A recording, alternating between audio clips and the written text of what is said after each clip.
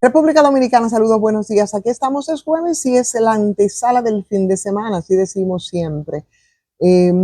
Recordarles de inicio, recordarles y pedirles el favor del acompañamiento mañana. Estaremos haciendo esta transmisión en vivo, media hora, les contaba, es el experimento que estamos haciendo para hacer el tránsito. Mañana, los que puedan conectarse, estaremos a las 8 de la mañana, a las 8, Jali, ¿verdad? A las 8. Bueno.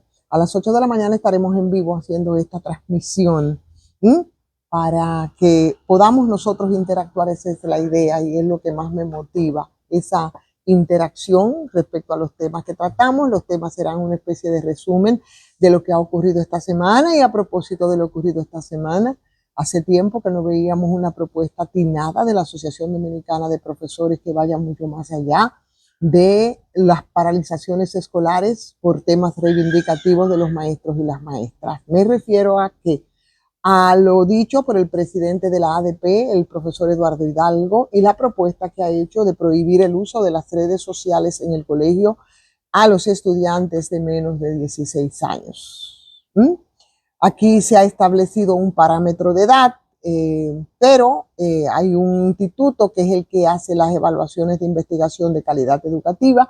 Ese instituto se llama EDEICE, que ha entendido que pudiera ser factible la propuesta de Eduardo Hidalgo, diciendo que hay que estudiar el tema, que hay que evaluar todo ese proceso de regulación, pero esto ya, de hecho, en los hechos lo hacen algunos colegios, pero no se ha implementado esa restricción que sea obligatoria y que pueda y que abarque a nivel nacional, lo que te incluiría entonces las escuelas públicas. En casi la mitad, por ejemplo, de los Estados Unidos, el uso de los teléfonos en las escuelas para este año escolar está prohibido, pero ellos no han puesto, por ejemplo, un límite de edad, probablemente por lo absurdo que podía esto resultarles. De todas maneras, a mí me parece yo diría un enhorabuena para esta iniciativa de la Asociación Dominicana de Profesores, y yo creo que sería algo perfectamente factible porque sabemos a veces el uso discriminado de las redes sociales y de los teléfonos en aula, y claro está las consecuencias que eso tiene. Bueno, me quiero referir a un tema, lo he hecho en otras ocasiones, pero quiero hacerlo hoy a partir de unas declaraciones que vimos. La publicaba en Instagram uno de los abogados más cotizados que hay en este país, se llama Carlos Balcácer, refería al tema, por ejemplo, de Jan Alain.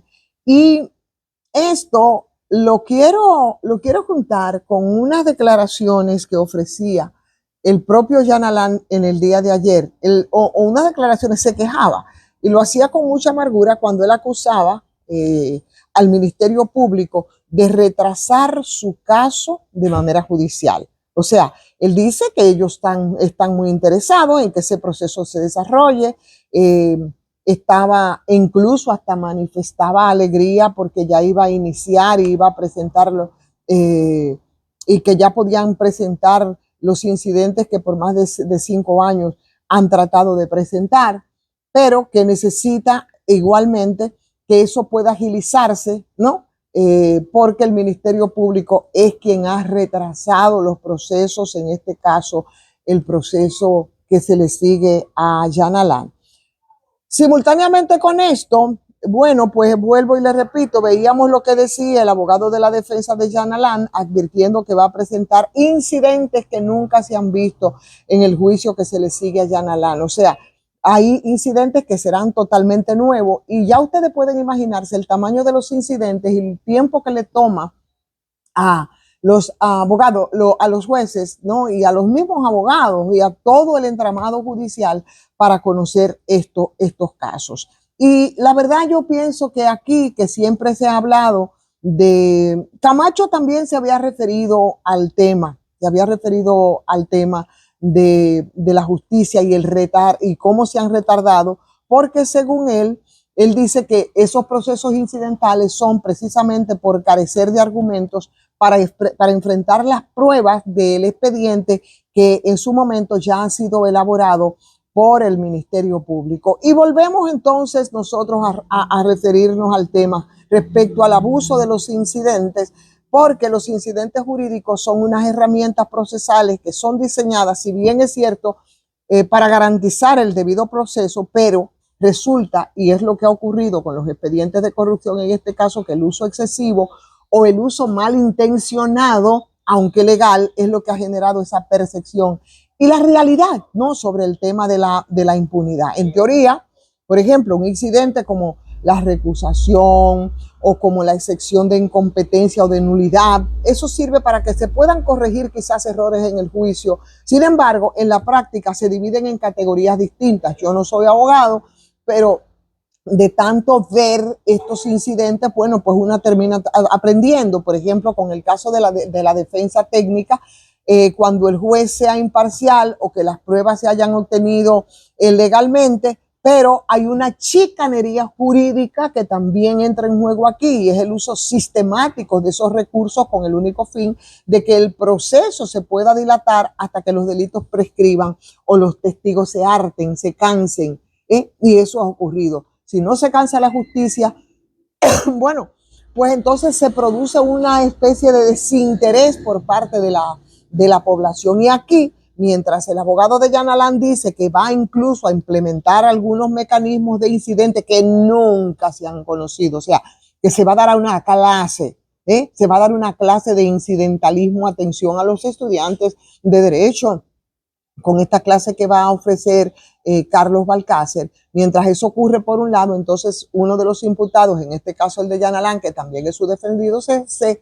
queja de cómo la justicia va a pasos de tortuga, y parecería entonces como que es un entramado de complicidad entre jueces, abogados y los mismos imputados. Esto claro que genera impunidad y por supuesto que genera corrupción, porque ese abuso de incidente afecta a la justicia y lo hace de formas muy puntuales. Por ejemplo, la prescripción de la acción penal, eso es uno de los riesgos que se corre. Si los abogados logran que se congele el caso por años mediante incidentes sucesivos, bueno, pues ¿qué va a pasar entonces con el Estado? El Estado pierde la facultad de juzgar porque simplemente el plazo venció, y yo creo que esto es algo a lo que se ha estado apostando, pero además hay un desgaste de las contrapartes en estos procesos civiles o laborales. El que tiene menos recursos económicos no puede aguantar un juicio de 10 años. Pero como aquí estamos hablando de juicios de personas a las que se le adjudican haberse apropiado de dinero mal habido, si es así, entonces lo que más tienen es recursos para durarse no 10, no, sino 20 años. Al final, en este caso, porque se lo traga, lo succiona, las limitaciones económicas, se ven obligados a desistir o aceptan acuerdos que son injustos. Pero además, el sistema se satura y los jueces pasan tiempos y tiempos resolviendo incidentes procesales y más incidentes que analizando el mismo fondo del conflicto. O sea, el fondo del conflicto es determinar quién tiene la razón o no. Entonces, esto crea una especie de cuello de botella que favorece a quien quiere ocultar la verdad. Por eso las declaraciones del magistrado Camacho. Pero ¿por qué esto se permite si eso es algo que se ha denunciado tantas veces? No, no es solo culpa de los abogados, es que el sistema como tal tiene fallas que son estructurales. Hay un garantismo que es extremo.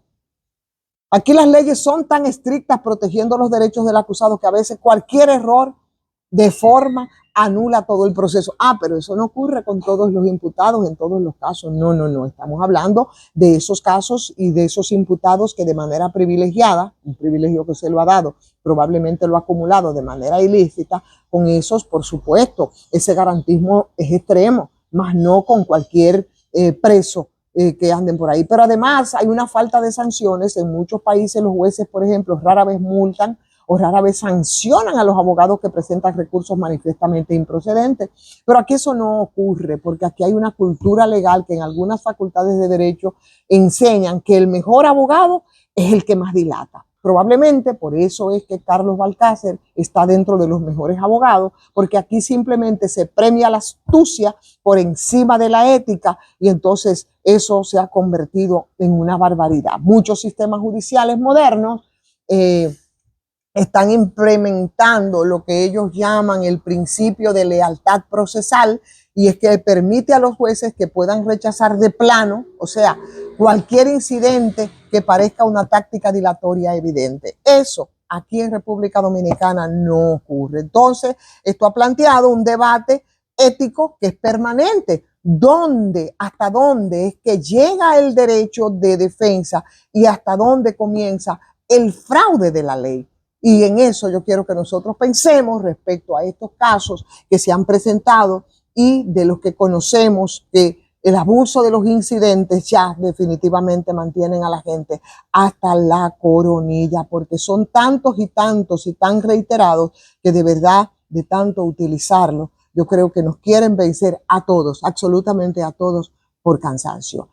Recuerden que mañana nos vamos a reencontrar y lo vamos a hacer en vivo. Así es que ya usted sabe, este tema, otros temas, en un resumen de la semana, los vamos a poner sobre la mesa y por supuesto vamos a hacer esa interacción necesaria y enriquecedora que se puede hacer a través de estas plataformas, en este caso de YouTube. Denle like mientras tanto y compartan esta transmisión para que mañana nos reencontremos de nuevo en otra transmisión de Soy Ivonne Ferreras. Hasta mañana.